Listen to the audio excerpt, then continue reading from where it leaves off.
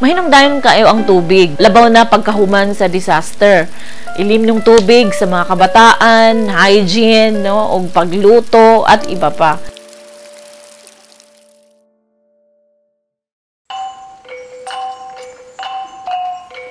Barangay Pagangan, ito sa Kasityo. Gibay number namon ni Sityo 1 to Sityo 7. Ang Barangay Pagangan, kwan siya, kadaghanan niya Maguindanao. 60% ng Maguindanao ng sobraan na diyan niya ang Cebuano, Ilonggo. So diyan siya. Ang Barangay Pagangan, affected gud siya sa gitawag nga armed conflict yun. Karon nga nahitabo isa na pud ka bag-o na pud nga challenge sa barangay. Mao na pud nilahi na pud sa isa na pud ka kini na pud gitawag nga diarrhea. Nagsugod ni adtong December 9, aduna na mga timailhan nga naay mga nasakitag tiyan, nagkalibanga. Pero dili pa kaayos, so murag dili to naghatag og murag kahadlok sa mga lumulupyo. Sa pizza G's na sa Disyembre, dito na, daghan na, mga 30 na ang nagreklamo dyan. So, ang uban na, dala na ganig hospital yun, atong higayon na. So, ang na-hospital atong adlawag yun sa pizza G's sa December, naabot og 40 kapin, more or less 42. Ang possible cause ato mao ang hugaw nga tubig ang gihimo nilang ilim nun. Sulti sa DOH ang mga tubo. Possible nga ang tubo kay na nga putol, dihikta na lang og guma ang mga tube nga paingon dito sa gripo. Gikan sa source. May tendency nga labi nagnaay tubig nga stagnant makasulod sa tubo. Katong paghitabo sa katong diarrhea, ang nahimo na mong problema ang source gud sa tubig. Nagpasalamat kami sa Balay Mindanao kay naadayon ang sky hydrant sa pizza 12 to pizza 13, pizza 14 sir na install nato ang sky hydrant sa Sitio 4. Ang Sitio 2 and 3 nga affected kayo diha na nagakuha. Diyan nagakuha sila. Diyan na ang Sitio 2 nga gikan mga katong pasyente na to nga gikan pa sa district hospital nga mahadlok pa mag-inom diya sa tubig, siyempre kay tubig man ang nakita nga kuan. So dito na sila ginaghakot sa atong kagawad tagahapon every sa kapamilya nga para mainom. So gapadala sila dito, sila gakuha diri sa Sitio 4 dito sa ato ang sky hydrant.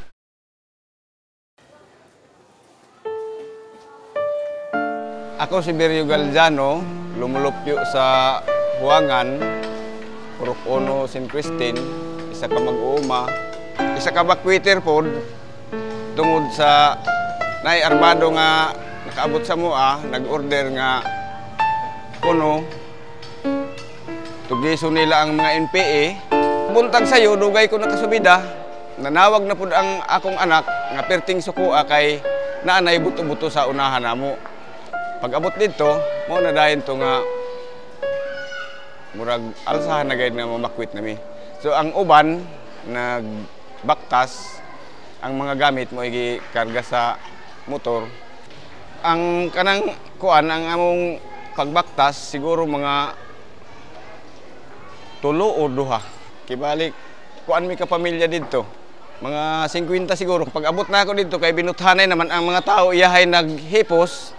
Unya ang ako na problemahan kay ang kadtong mga importante lagi nga butang kadtong gikan sa Balay Mindanao nga para sa pahinlo sa tubig wala siya mapansin ba. So mo to nga gisiguro na lang nako sa ako bata ngani duha lang sila kabuok ngani adto sa sapa unya bugat baya tong sa makina. So gisiguro gid niya dala. So, kaya amo gitan aw nga importante man gud kaayo ang kuan kay para man to sa kaayuhan pud sa mga bata dito para sa inmunon nga tubig. Para sa ko importante gud labi na kay layo-layo so nagkinahanglan gud mi nga usahay gani kanang mukusog ang uwan mo palit mig tubig nga kanang baligya. So para sa ko nasabtang gid nako kay amo man gid gitestingan. So amo gid nakit-an nga grabe gud kahinlo ang tubig. Gamayng paan lang, no? Gamayng background ng karon.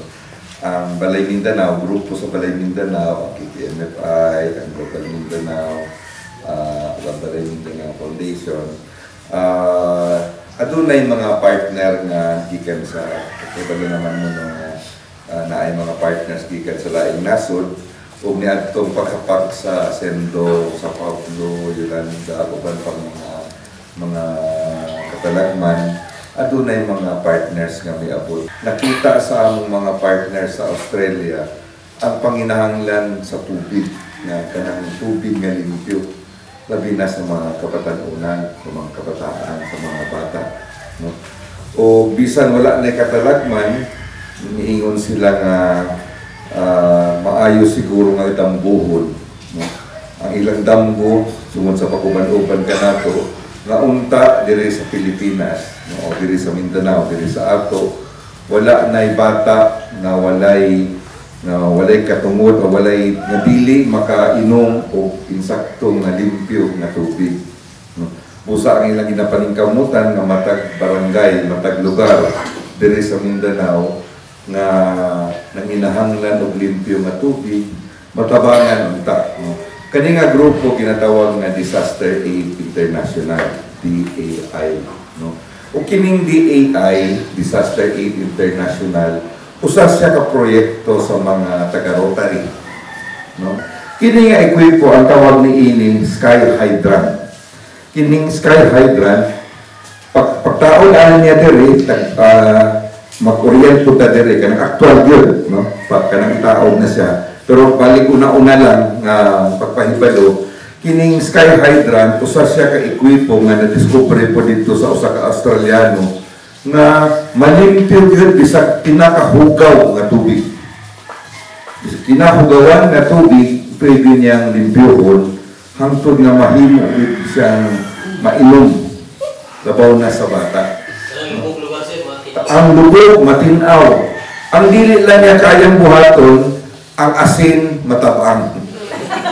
Di niya na kayang buhaton. Pero ang brown, mahimong tinaw. No? Ang lubog, mahimong tinaw. Panahon sa Pablo, December 2012, siguro mga tulo ka bulan gikan adto gihatagan ang Balay Mindanao og sky hydrants, no? Duha ka sky hydrants gikan sa Disaster Aid International. Kini gihimo tungod kay nakita nato paunsa ka problemado ang komunidad niadtong panahon para sa ilimnon nga tubig. Nagibutang nato ang sky hydrant dito sa eskwelahan ug kadto naka-provide og safe na ilimnong tubig dili lang sa mga estudyante sa eskwelahan kundi sa buong residents, no? 512 households sa Barangay Banao. Sukad ni adto ang Disaster Aid International nag-imbita sa ato, no? Gani upat ka mga kaubanan from Balay Mindanao ang giimbitahan ngadto sa Australia at para mag-undergo og kanang training paunsa i-install kining sky hydrants. Sa ako madumduman atong Mayo 8, 2014 adunay conversation nga gipahitabo dinhi sa office, no, sa Balay Mindanao kauban ang mga partners gikan sa Davao Oriental, gikan sa Iloilo, Agusan, Miss-Or, para istoryahan kumusta na sila pagkahuman sa mga disasters nga naagian. Uban pod ato ang taga Bohol, no, sa earthquake, Hayan, Pablo ug Sendong, no, nga mga affected communities. Tapos dito sa assessment nakit-an nga ang tubig mao ang panginahanglan sa ilimnon na tubig, safe, limpyo nga ilimnong tubig, mao ang common na panginahanglan sa tanang mga halos tanang mga partner communities. Kaya giingnan nato ang DAI nga mao kini ang need ug nag-commit sila nga muhatag. Ang Balay Mindanao Group kauban sa iyang partner communities kinasi-kasi nga nagapasalamat sa Disaster Aid International, Rotary Clubs of Australia, Sky Juice Foundation sa inyong mapadayunong suporta, no, sa among mga partner communities. Kasayod ko nga sa matag higayon sila nagainom og tubig, gakahinumduman nila kamo Sa makausap pa, daghang kaayong salamat og padayon.